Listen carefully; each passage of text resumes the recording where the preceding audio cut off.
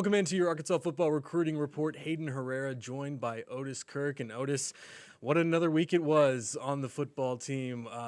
Arkansas taking another loss, this time at the hands of the Auburn Tigers. We went into this game knowing that, the Arkansas offense versus the Auburn defense, which one would give, and turned out to be the Hogs. What did you see in that side with the Arkansas offense facing that Auburn defense? Yeah, well, my point was main point in the story, I think, was four. You can't have more turnovers than points in the second half and expect to win any SEC game. It just doesn't happen. And man, I mean, it was so disappointing because they were set up they had the momentum. Kanai Walker runs the pick six back, was 86 yards, I believe, 89, whatever it was, 80-something yards. He runs the pick six back, and they're up 21-10 at intermission. You're feeling good. Seems like Arkansas's got all the momentum. And then that second half jinx that's been here all season pretty much struck again. They went through that at other places. But this time, man, they completely unloaded on turnovers in the fourth quarter. I mean, those interceptions by Taylor, the fumble by the receiver, just it's just such a damper on it, and yet you felt like even after one or two of those turnovers, maybe a couple of them, they still had a chance to win the game, and they just couldn't do it, and so they contributed more turnovers. I really thought Arkansas would win that game. I really did. I mean, it was, as you said, it was the street. The streets were Auburn's defense against Arkansas's offense. That was the streets. And Auburn's defense clearly outplayed the Arkansas offense. I thought also it might be a matter of, Arkansas's defense against her offense, because you take away the streets, you go to the struggling units, and I felt like Arkansas's defense actually outplayed Auburn's offense. I feel like Arkansas's defense maybe let's see, maybe for the first time in some time since the Arkansas State game, maybe the defense gave the team a chance to win the ball game. I really felt like they did, and and maybe that's not fair considering they were driving at Ole Miss and Memphis to win the games, and the offense turned it over. So maybe it's not fair to say that about the defense, but I did feel like yesterday the defense definitely gave them a chance to win the game, man. And it's tough that they didn't do it. What did you see out of, you mentioned Taylor Green there, that second half, did something seem just off that whole second half to you? Yeah, in fact, he almost seemed off the whole game to me. And we talked about that in the press box, me and some other people did. I mean, it seemed like he wasn't willing to run the ball. And look, I know they had a spy on him, and I know they were keying on him. I get that. That's good defense. That's smart defense against him.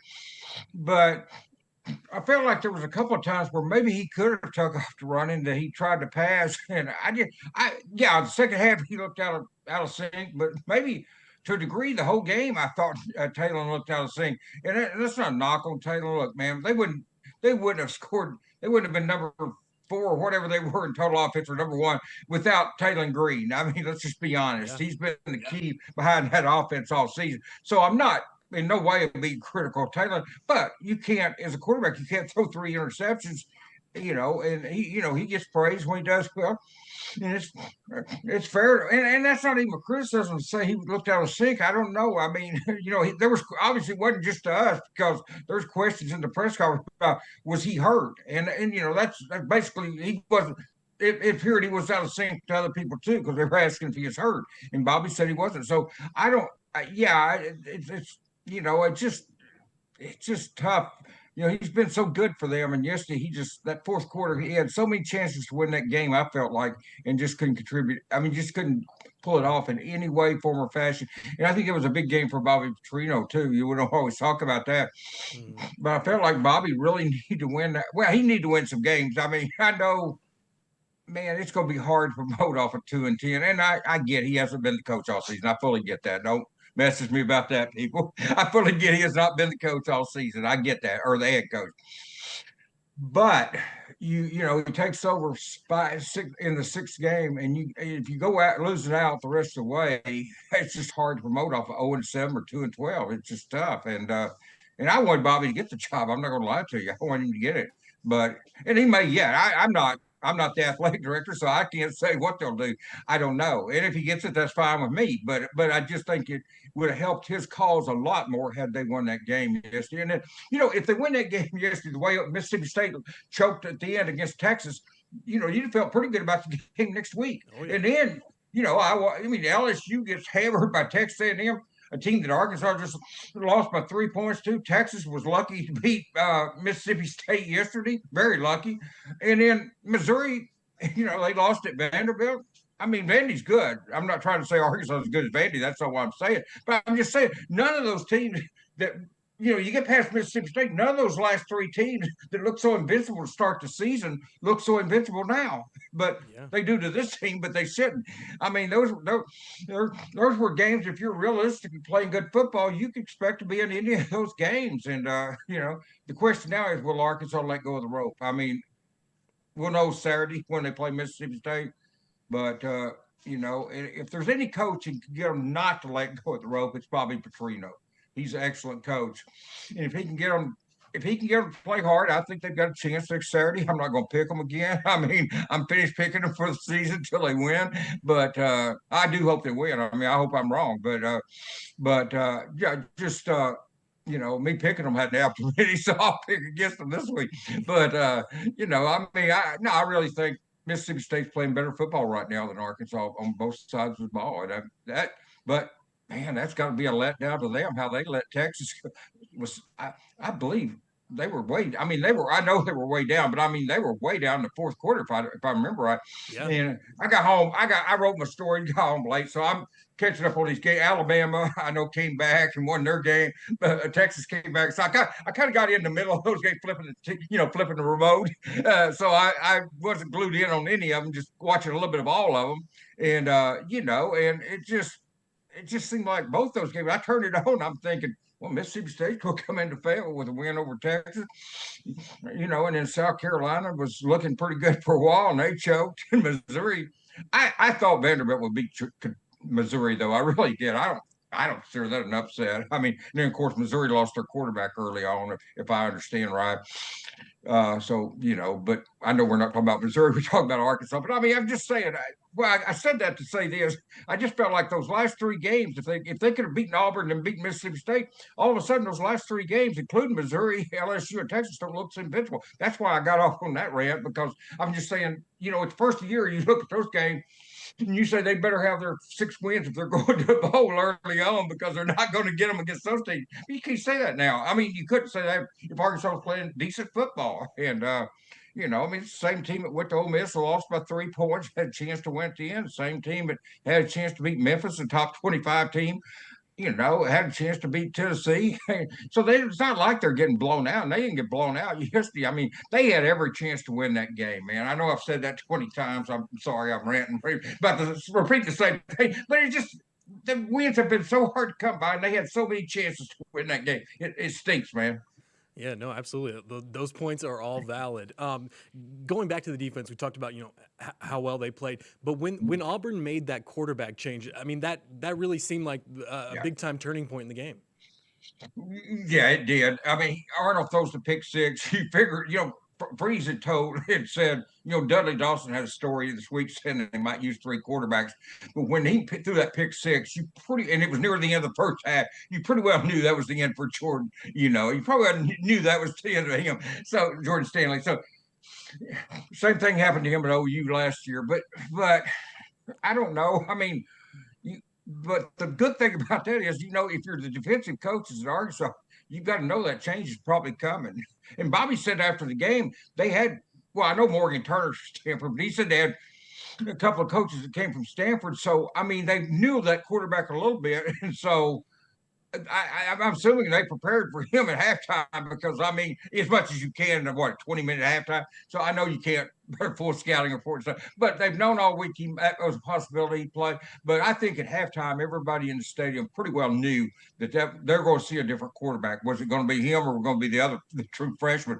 But it was going to be one of the two, because I didn't think they were going to send Stanley out there again, because that pick six could have, I mean, that gave, as I said earlier, that gave Arkansas all the momentum in the world. they're up 21-10, and they're feeling good about themselves. And that was one time I wish Arkansas got the ball to start the second half because they got the ball to start the game, didn't score, bogged down on a second and one, third and one, fourth and one, and lost, I think, 2 yards on that fourth and one. So they bogged down there. So it'd been nice if they could have not got the ball and maybe got to start saying, I know Bobby prefers to get the ball to start the game, and I get that, but just yesterday, I was telling somebody in the press box it would have been nice for Arkansas with that kind of momentum and the offense being the strength of the team.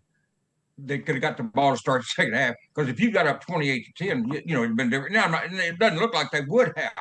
I mean, the second half the offense went to kapoop, but I'm just thinking, not knowing that the offense was only going to score 3 points, have 4 turnovers in the second half. I was just thinking, hey, that'd be a chance to bury Auburn if you could have got the ball there. But that's all hypothetical. It's non-existent. It didn't happen, and they didn't get the ball, and they didn't score to start the second half. And so, it's all hypothetical. But I was just, sitting over. I mean, it's the point that I'm thinking of be up to try to get Arkansas win. I mean, I'm so tired of writing losing stories that it was just, sitting up there, nothing better to do than to come up with some hypothetical situation. I guess that's dreaming or fantasy island, but I did think it would have been nice to get the ball, but it probably wouldn't have made any difference in the game as it turned out. I mean, the offense was stagnant, as they have a lot of times in the third quarter.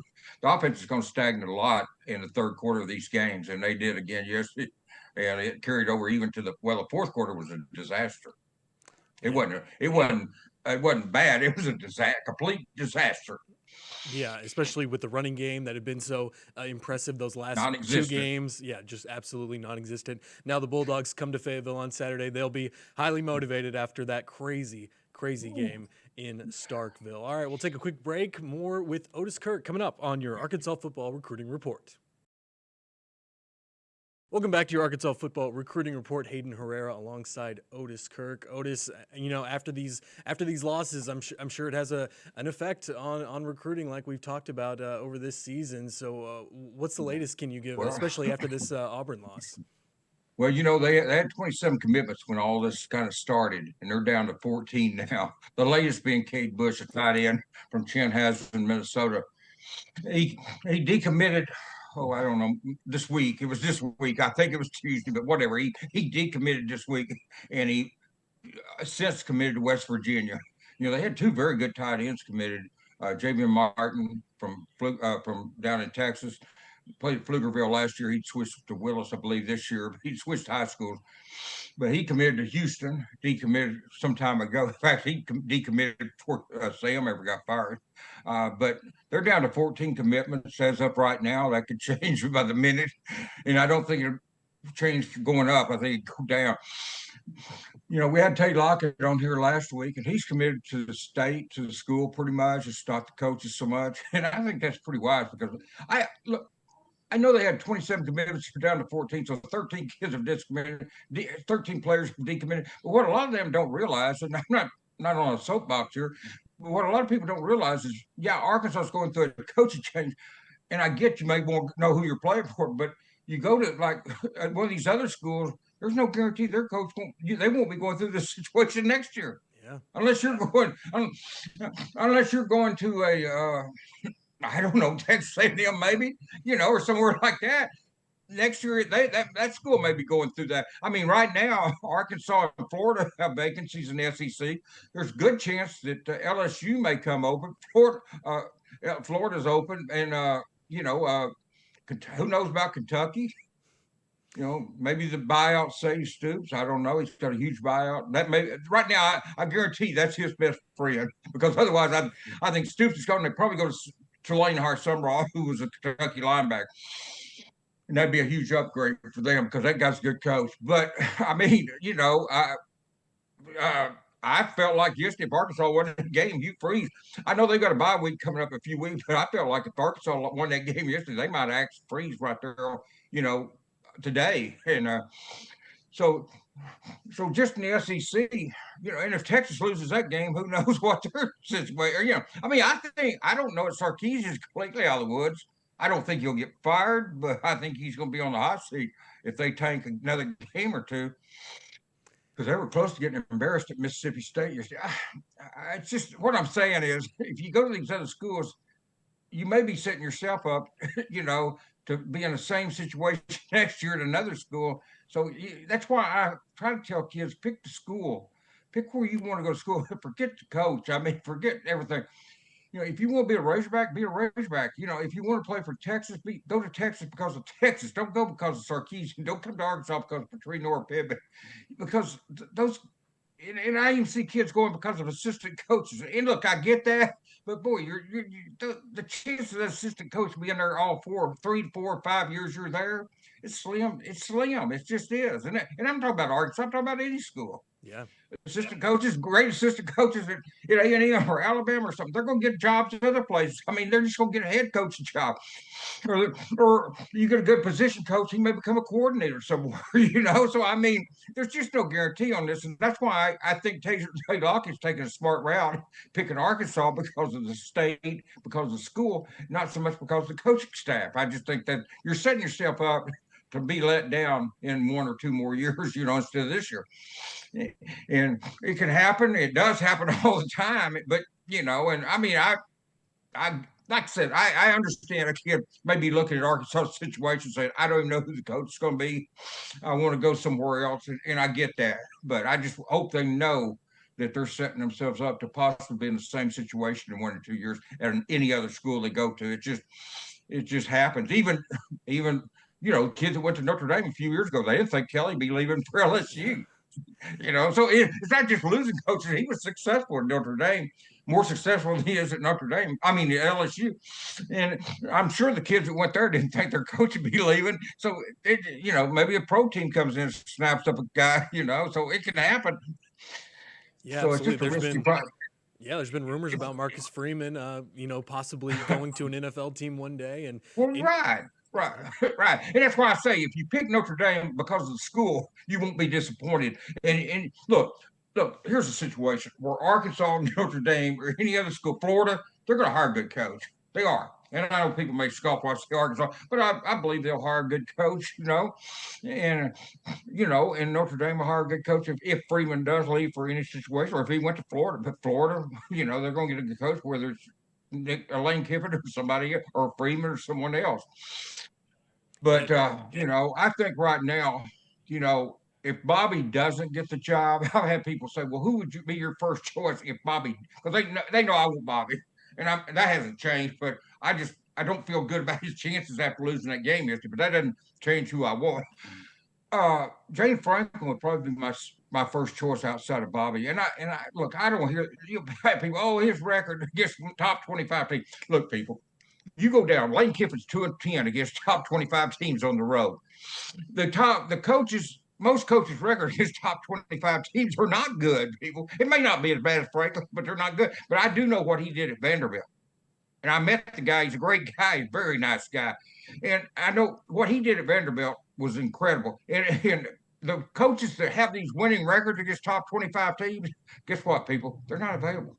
They're not available for a reason. You think, you're not going out here and get a coach who's got a top 25 record pretty much against, I know some people want Gruden, but that scares me, man, because I look at the Belichick experiment over at North Carolina.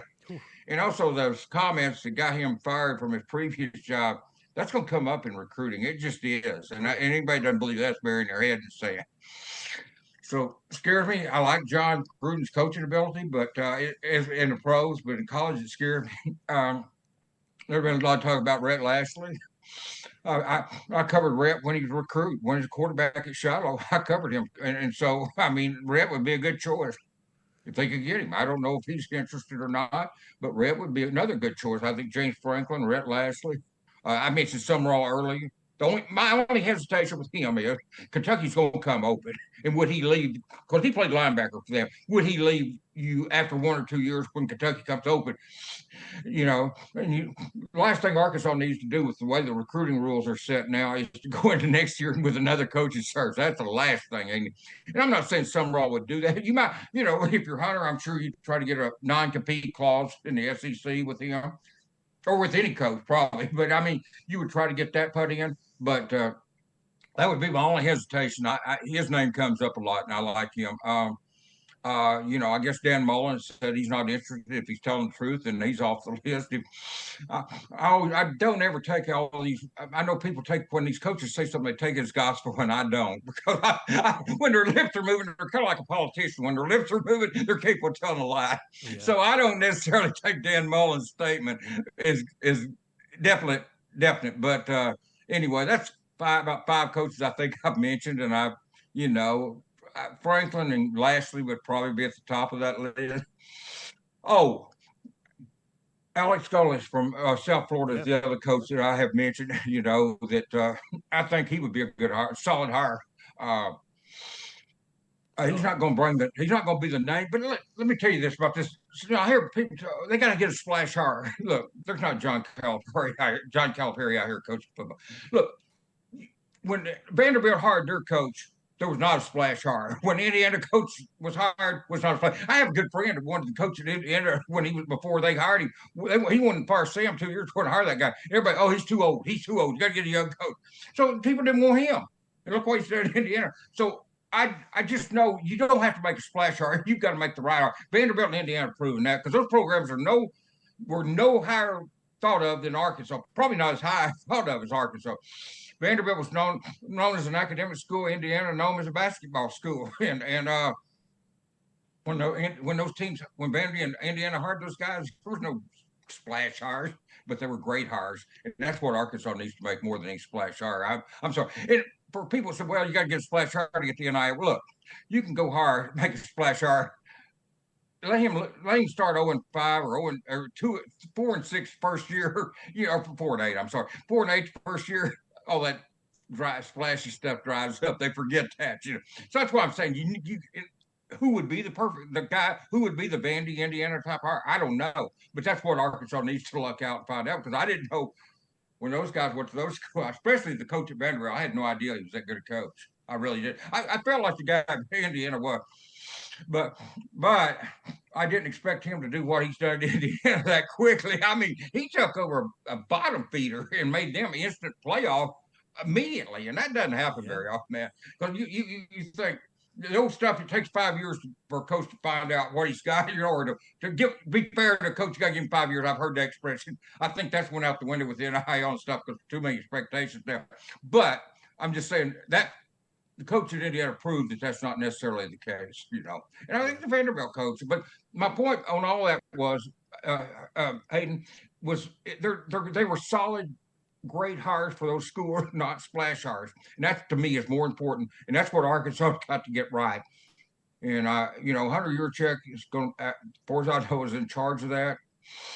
I know he's got people working with him on, but I'm just saying they need to find if they can find the right coach for Arkansas that fits Arkansas and does like Indiana and Vanderbilt did, they'll be fine. If they don't, the recruiting rules have changed so much you can't go through this every 2 or 3 years. It'll kill you. Yeah, like you said, Kirk Signetti, Clark Lee, those were maybe not the splash hires, but certainly those schools very happy to have those head coaches. Yeah, exactly. Under there. And, one thing I'll say real quick, I know we're probably running out of time, but let me say, people have asked me about the high school recruiting. Yeah. It'd be nice if they could hold on to the kids they've got right now. They've got Colton Yarborough, they've got Tay Lockett, they've got a bunch of good players, but where this class is going to be made or not made is going to be in the portal. When it opens on January the 3rd, I believe it is, or January the 2nd or 3rd, I had it on here the other day. But when they open that portal, that's when Arkansas's got to make a splash. That's what Signetti did at Indiana. He went to the portal that first year and the second year and loaded up on transfers. And if Arkansas can do that, they'll have a chance next year. Also, it depends on how many current players stay. I mean, you'd like to see a lot of the current players have eligibility that have been good players stay, And obviously, a lot of them will leave, and that's to be expected. It happens every year.